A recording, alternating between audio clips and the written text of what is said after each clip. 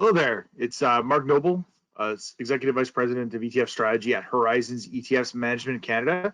And welcome to a new year, January 2021.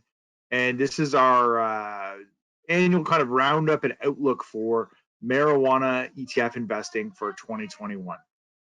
This could be potentially one of the most important years ever for marijuana investing. A big reason why being the likelihood of legalization of U.S. marijuana, given the fact that we're now looking at all levels of government in the United States, both the Congress, Senate, and the executive branch, the president, being in Democrat control, which is highlighted. There's been a desire from the Democrats to legalize marijuana. So as a result, we think at Horizons that this could potentially be a banner year for marijuana investors, certainly one with a lot of interesting policy news as we look at the potential of the largest marijuana market in the world, that is the United States, opening up and really offering a lot of opportunity for the industry. So today's presentation is going to go over a number of different key areas that we want to address for 2021. We'll continue to revisit the larger, longer case of why investors may want to consider investing in marijuana. We're going to talk about the Canadian advantage and why Canada has an important role to play on the global investment landscape for marijuana. We'll talk about an industry update for 2021, a lot of which will focus on these regulatory changes in the United States that I've highlighted. We'll discuss the global and U.S. opportunities. And then finally, we'll address the ETFs offered by Horizons ETFs, the Horizons Marijuana Life Sciences Index ETF, ticker symbol HMMJ, and the Horizons US Marijuana Index, which is ticker symbol HMUS on the NEO Exchange. So we'll address all of these in the next 20 to 25 minutes as you sit and listen to where we see things going. So, if we look at the global outlook for projected legal sales, now a lot of the time when I'm showing these types of data around where is the market going with regards to projections, there's so many factors in play. So these are really just illustrative numbers of where things could go given current drivers of growth. Of course, things can happen in the span of a year. Certainly 2020 was no different, which can really change up some of these outlooks. But generally speaking, there is a very bullish long-term outlook for the sales in US and global marijuana sales, simply because this is a widely used product. Marijuana has been obviously a black market, illegal good that's been widely used across most of the world. As we see legalization, and industry popping up in two different areas. You have the consumer area, which is probably the area of the most growth, which is people using marijuana recreationally as an alternative primarily to alcohol. But you also have the medicinal usage, which is the usage of marijuana for things like pain relief, topical pain relief when we talk about CBD products, or we could be looking at treatment of things like epilepsy. So you have two different businesses that are impacted by the legalization of marijuana. You have the medical and over-the-counter medical business, and you have the consumer business. All told, one of the more widely followed analytics and research groups, ArcView Research and BDS Analytics, on an annual basis, they sort of put out projections, which have been fairly consistent over the last few years. And they've shown that they believe that in 2021, we're likely to see the global marijuana market top over $25 billion in global sales, and we'll likely see that move up to somewhere over $40 billion in between 2024 and 2025 at our current rate of growth. But what's interesting to note is really we are on pace for this.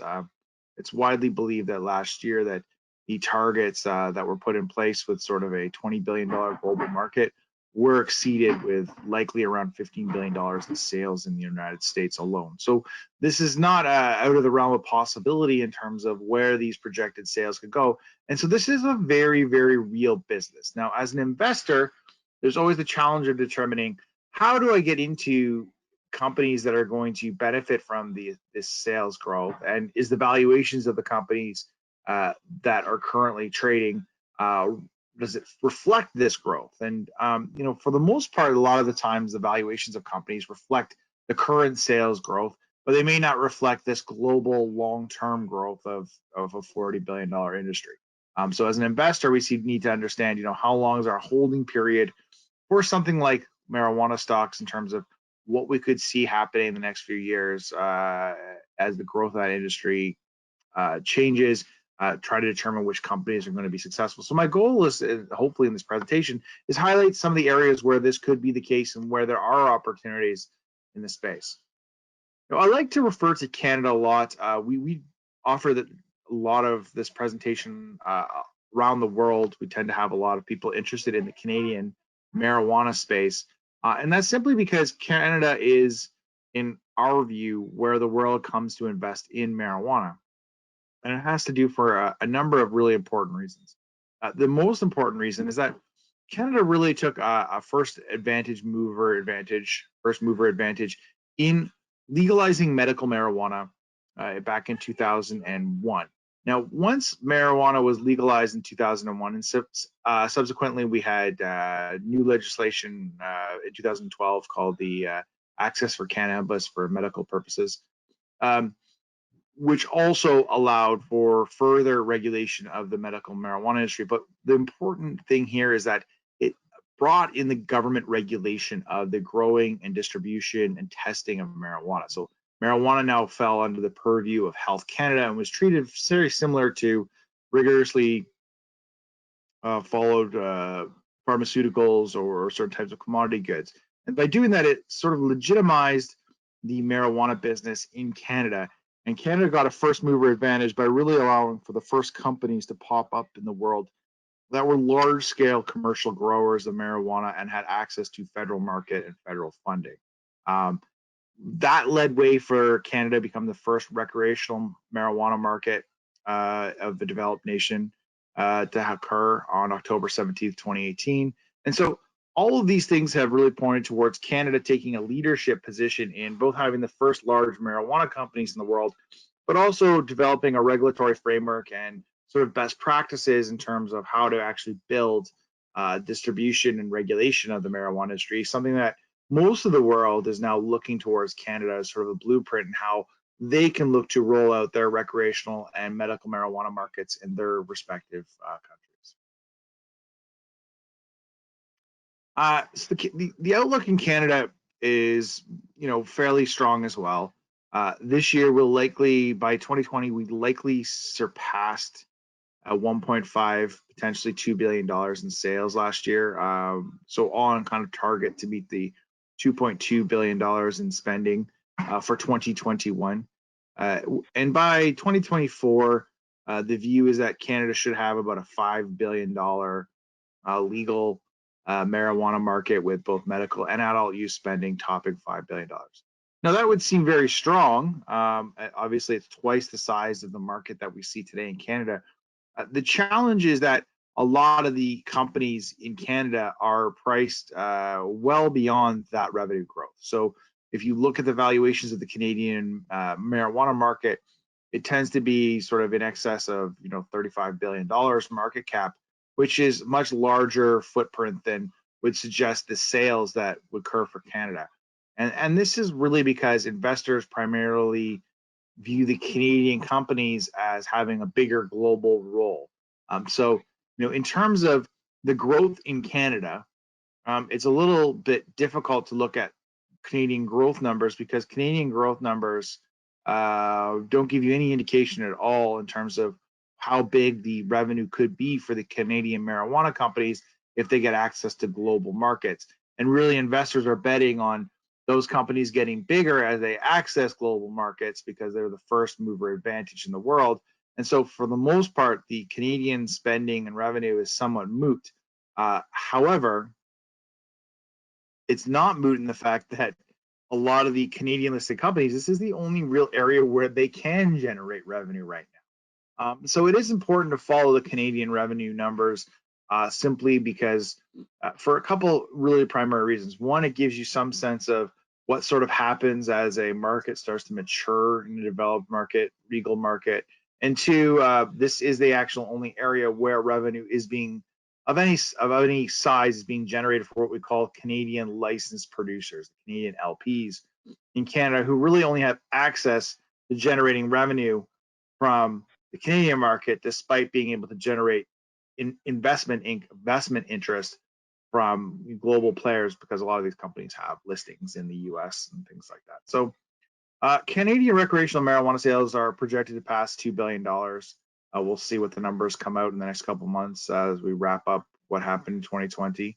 And we see that, going into October, the monthly sales numbers just kept increasing at an exponential rate to the point where we had $270 million in monthly sales in October, which is somewhat of an impressive feat, just given that key markets such as Ontario continue to have distribution challenges.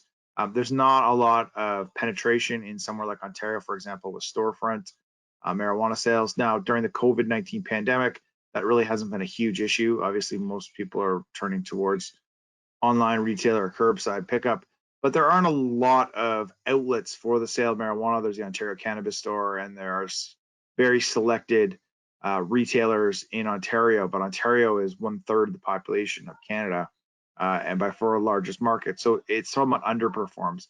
So there's still a lot of growth that could occur in the Canadian marijuana market as we see this particular industry grow, and potentially we start to see more retail storefront, particularly post COVID-19, selling marijuana alongside the Ontario Cannabis Store. If those things sort of come on, we could see, again, numbers that suggest that we could be in excess of $5 billion by 2024. And the growth milestones for Canada seem to be hitting that, even with some of those distribution and regulatory challenges.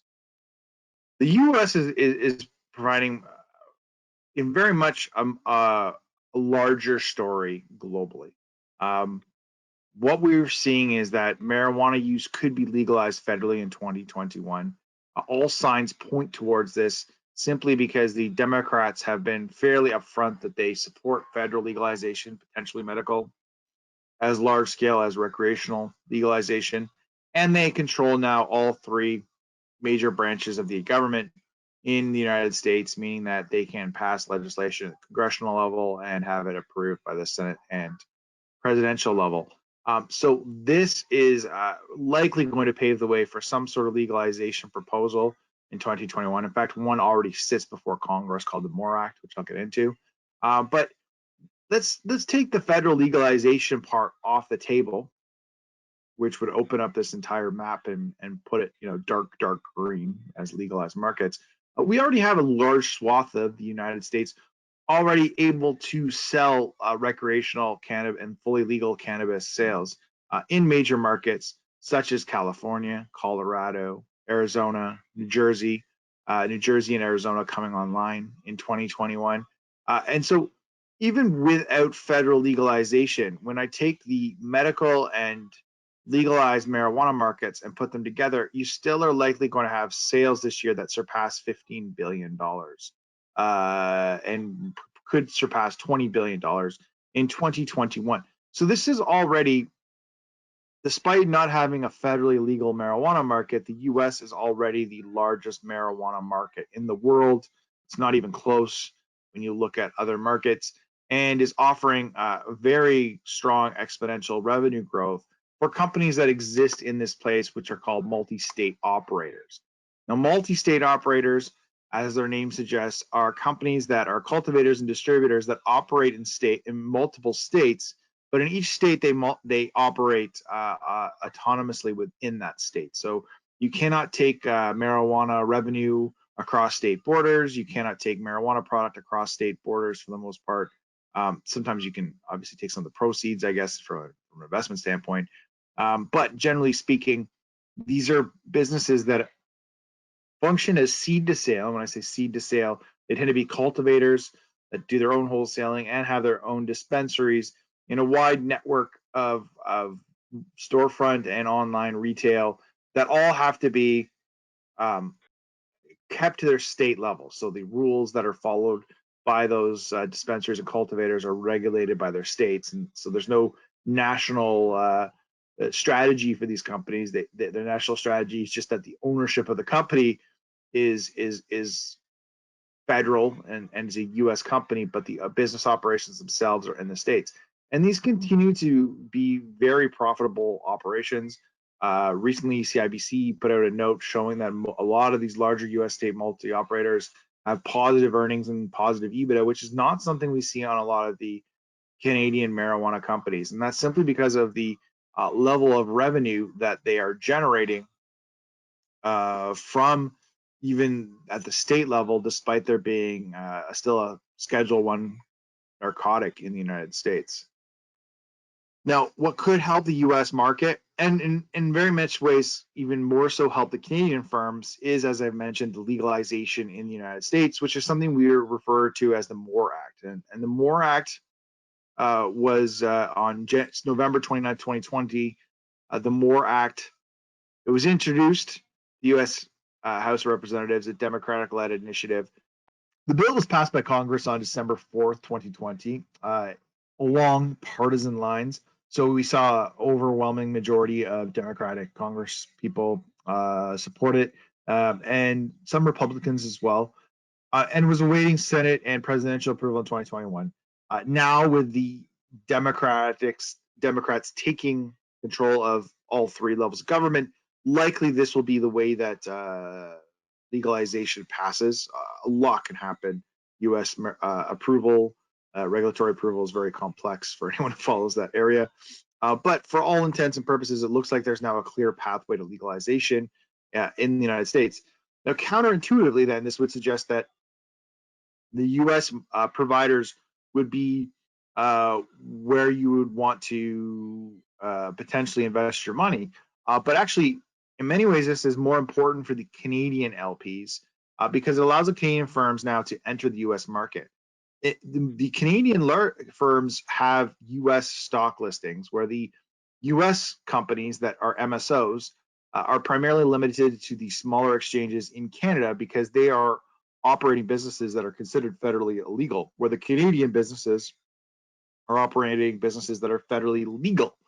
Because they're legal, they're able to get banking support, listings on the large exchanges, and they get a lot of the investor interest from retail investors in both the United States and Canada. But the challenge for the Canadian LPs is that they've really been trapped, I call it trapped in Canada, and that they're limited to generating revenue from the Canadian market and some global affiliates, but really those markets are still very early days.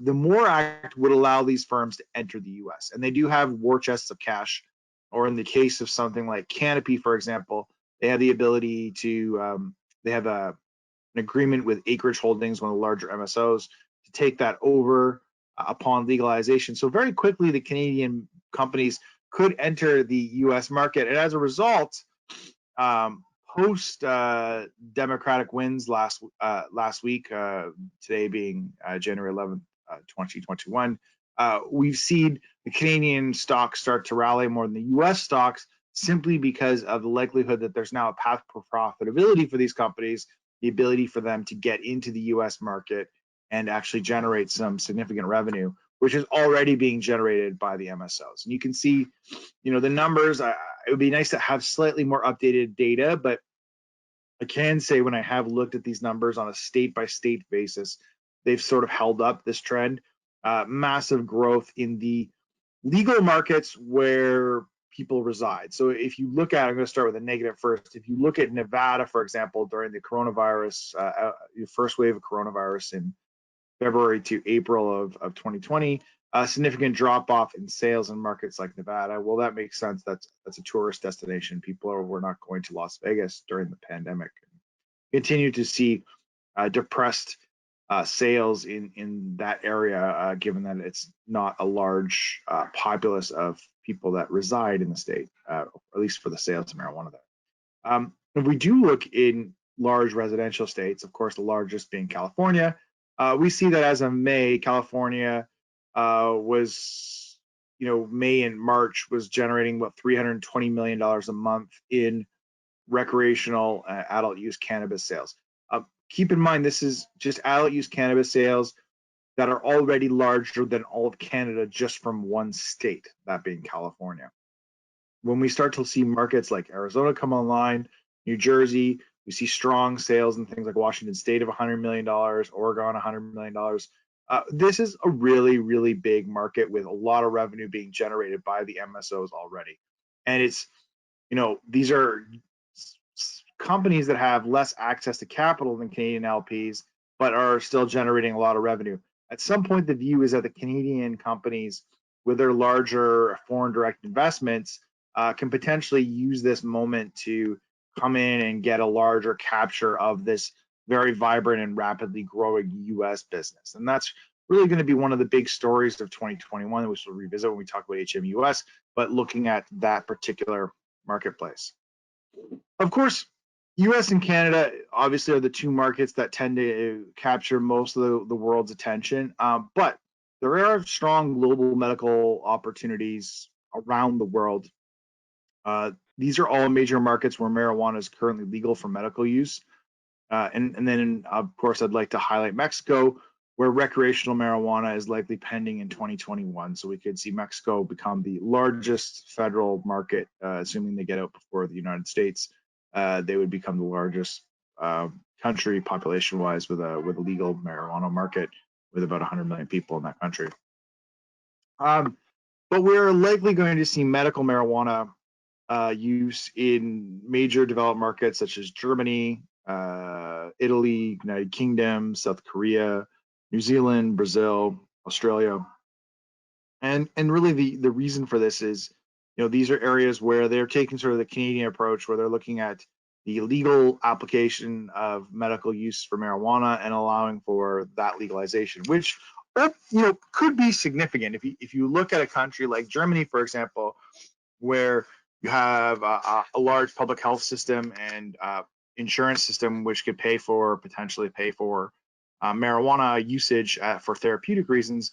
I mean, that market alone could be bigger than the entire Canadian marketplace. So when you put all these global medical markets together, you end up with a very, very large potential opportunity. So this is another forecast from Prohibition Partners, but it breaks down things regionally, where you can see that obviously the US could be about a $35 billion market, $30 billion market, roughly $32 billion, Canada about $5 billion. And you'd have those two markets accounting for, a large swath of global sales. But then you'd also have, even if you don't have full recreational legalization, just the medical opportunity alone globally could result in a market that could be in excess of $100 billion by 2024. Now that could be, I think in my opinion, that's probably a little aggressive, but it's probably not out of the realm of possibility to see something in the vicinity of $60 to $75 billion global market within the both recreational and medical marijuana sphere, simply because of these medical markets coming online. And the medical markets, are important. I mean, if you look at the pharmaceutical industry, that's a huge market. And you can see sort of the breakdown of what your potential capture could be in some of these markets. Now, again, what I'm showing you here is, very crude outlook numbers, but I'm using them to illustrate just how disruptive this market could be. If we look at, for example, if marijuana, for example, could capture 3% of the global alcohol market, well, that's a 1.4 trillion dollar market, which means that just at 3%, the marijuana market alone could be $43 billion. But if we look at other areas, for example, we look at pain management drugs with $63 billion market, dietary supplements. Some of these areas could result in significant revenue as well. So you have these two major industries, consumer beverages, recreational beverages, and you have pain management therapeutic use, and the two combined could result in significant revenues if we see the global market open up to allow for that usage. So what I've tried to highlight is there's a real business being established globally for medical and recreational marijuana. The question is how do you invest in this? And I often equate this to how would we go back to the late 1990s, early 2000s, where we would talk about internet stocks. And I think most people in 1998, 1999 realized there was something to the internet. Of course, we all knew there was something to the internet because the internet was already omnipresent by that point in our lives. But the question was, how did you invest in it? And if you look at investing in the internet market from 20 years ago, you're owning companies like AOL and pets.com. At one point in time, pets.com and amazon.com, there's analyst reports arguing about which one's better to own, which is very funny in hindsight. But you have a lot of companies that no longer exist. Yahoo exists in certain areas, but not really as a stock. You have these companies that no longer exist, that were the real leaders at the time for the internet space. And if you'd invested in those individual companies, you obviously got the highs of their early successes, but then they sort of just dwindled away. But the internet and the internet communications business did not. The best way to invest in that, obviously, other than picking the individual stocks today that dominate the internet, such as Amazon and Netflix, Facebook, Google, would be to own some sort of diversified strategy that just had exposure to the wide swaths of companies that were internet companies. Our view is very much the same with the marijuana industry. I would argue that a lot of the companies that are in the marijuana space today may not exist in the way they do today 5 to 10 years from now. In fact, a large swath of them may be gone. But that does not mean that the marijuana business itself is not a real business with huge drivers of revenue, which is what I've highlighted earlier in this presentation. So our view is, an ETF that's diversified is probably the most optimal way to invest in these stocks as opposed to owning one or two stocks. And this reduces your concentration risk, and also and means that if there's going to be companies that are successful in obtaining larger market shares of the global marijuana growth, they're going to be reflected in ETF. And so owning the winners with the losers is going to be far more powerful than just owning the losers, because eventually those companies will start to capture some of that larger industry growth. And these ETFs therefore allow you to get this what we call sector beta, which is this true sector exposure. And then finally, there's also the benefit of yield. One of the interesting things about our ETFs is we can actually offer a yield through securities lending. So there is a potential yield that can be generated by owning ETFs, which is not something you would get if you own the individual securities themselves, simply because most of these do not pay a dividend. So let's start with our largest ETF, which is the world's first marijuana ETF, which we launched in April of 2017, the world's first marijuana equity ETF. And that's the Marijuana Life Sciences Index ETF, which currently has about $500 million in assets under management. At one point in time, it was as large as $1 billion, but we saw a significant sell-off at the end of 2019, early 2020. Not a lot of redemptions, to be honest. We continue to see money come into this fund, but the market performance came off, although it has been strong, as I've mentioned in the last few weeks. This ETF seeks to replicate the extent possible the performance of the North American Marijuana Index, net of expenses. And really simply, this index is designed to provide exposure to the performance of North American publicly listed companies with significant business activities in the marijuana industry. So it's a diversified strategy that's primarily owns the large marijuana cultivators based in Canada. What it can't own is any U.S. MSOs. It cannot own U.S. MSOs because those are federally illegal, and this has a listing on the Toronto Stock Exchange, which would not allow for that. But it has very broad exposure to a lot of the other companies that are in this space that you may know, such as Canopy, Kronos, Aurora. Of course, Aphria and Tilray have just merged to become the largest company in the world. But you also have ancillary companies that are very interesting. You have companies like Innovative Industrial Properties, which is a REIT that has a significant footprint in the United States. And what they do is they basically build the facilities for marijuana growers. Now, if you're a nascent marijuana grower in California, building your research and development and production facilities can be very expensive. What Innovative Industrial Properties does is they just build them and then they rent them out, knowing again that a number of companies may come and go, but that revenue stream continues for them. So that's been a successful company, in generating a real estate angle and a legal business.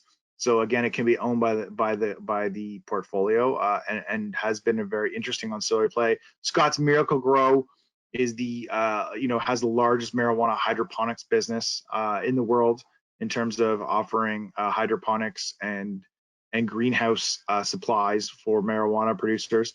So again, that's a larger, more diversified company that has exposure. And GW Pharmaceuticals, which has a drug called Epidiolex, which was the first FDA-approved cannabis-based product which treats epilepsy. So you have this diversified approach, and some of these companies do well when maybe the cultivators themselves are not. But again, as broad as possible generally within the North American sphere to get exposure to this market.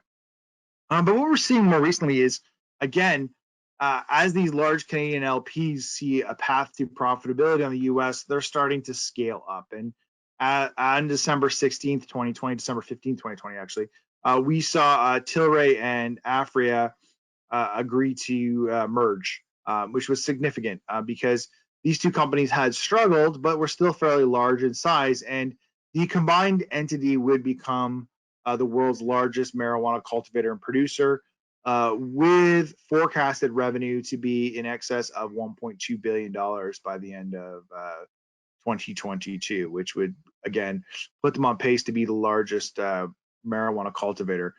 What's really interesting about this from my perspective is that both these companies have recognized that Canada is sort of a nice to have, and where they're going to be focusing is really trying to grow in the US side, assuming they can do so.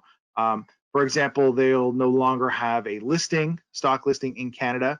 They'll only be listed on the NASDAQ. So maintaining sort of that US focus.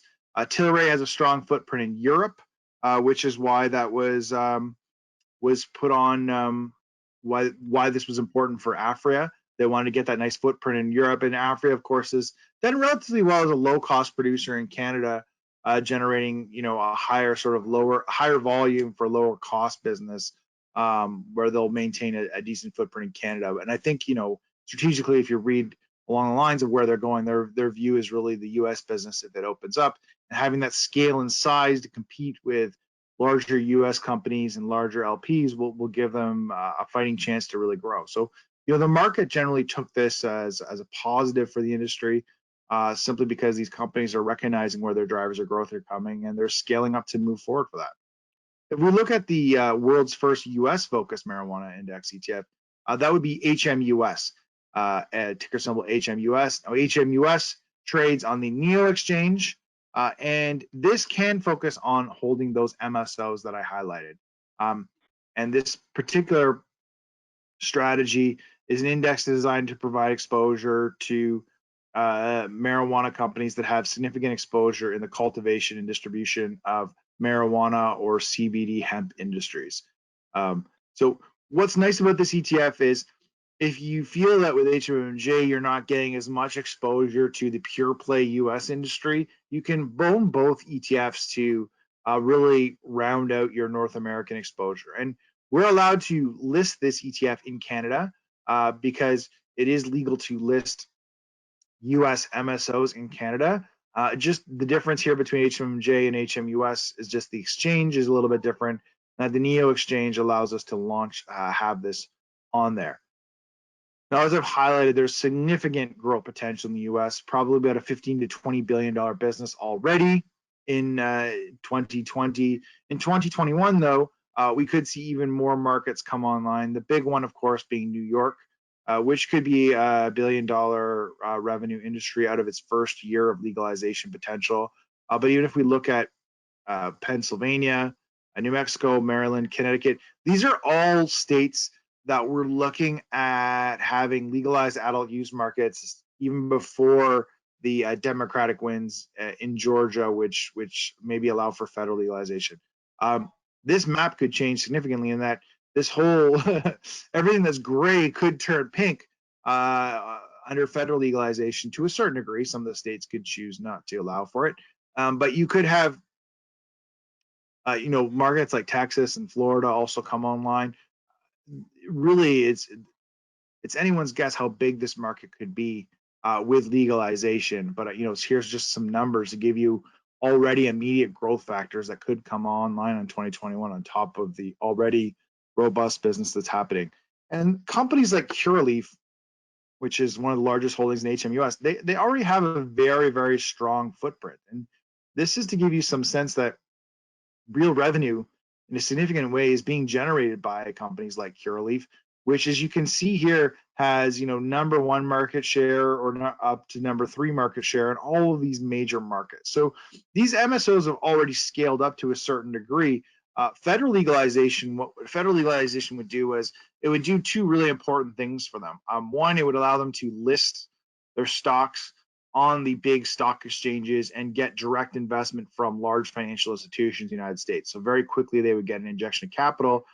They would also then get access to all the retail investment dollars of the Canadian US populace. That would be obviously very significant for them to expand very quickly and get rapid injection of capital.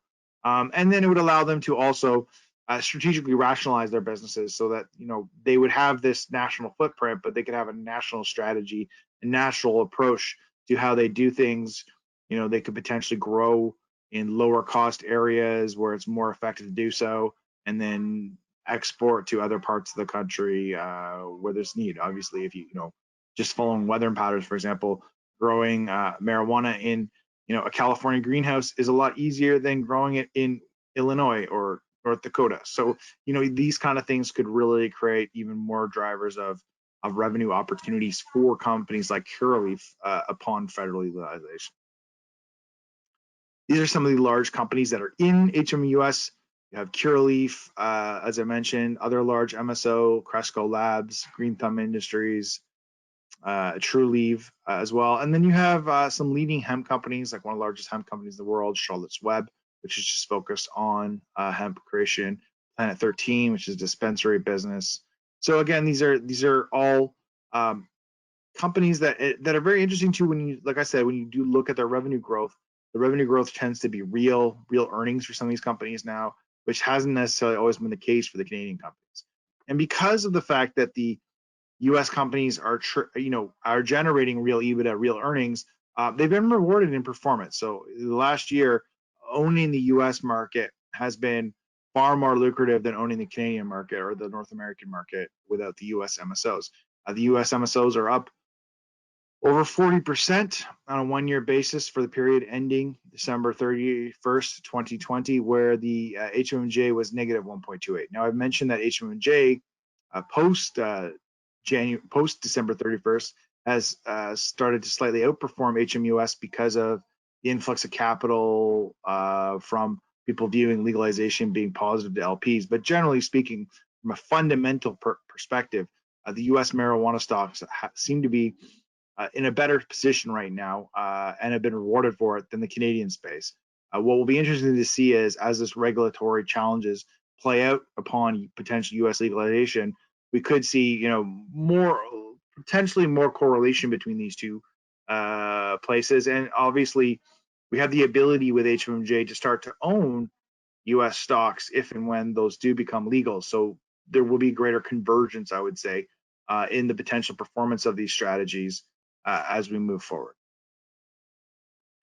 Another potential advantage with these ETFs is that they generate a quarterly yield for unit holders from their security lending activities. So you can always generate a yield.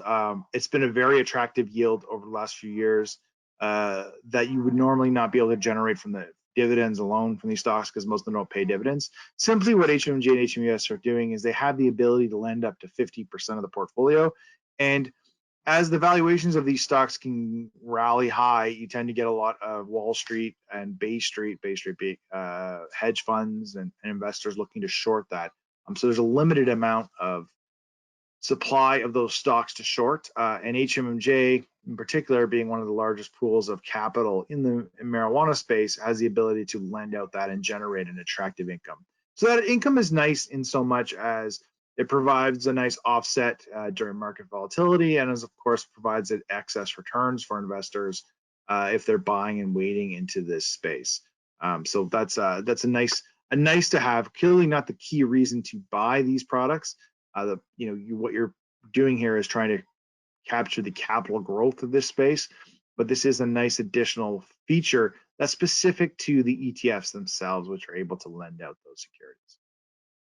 Thanks very much for joining us today. As I mentioned, 2021 remains one of the more interesting milestone years, we believe, for marijuana investing. And at Horizons ETFs, we have both of these products, HMJ and HMUS, which will allow investors to take a long position in the sector and potentially benefit from some of these regulatory drivers of growth that we see occurring in 2021. Thanks again. Bye-bye.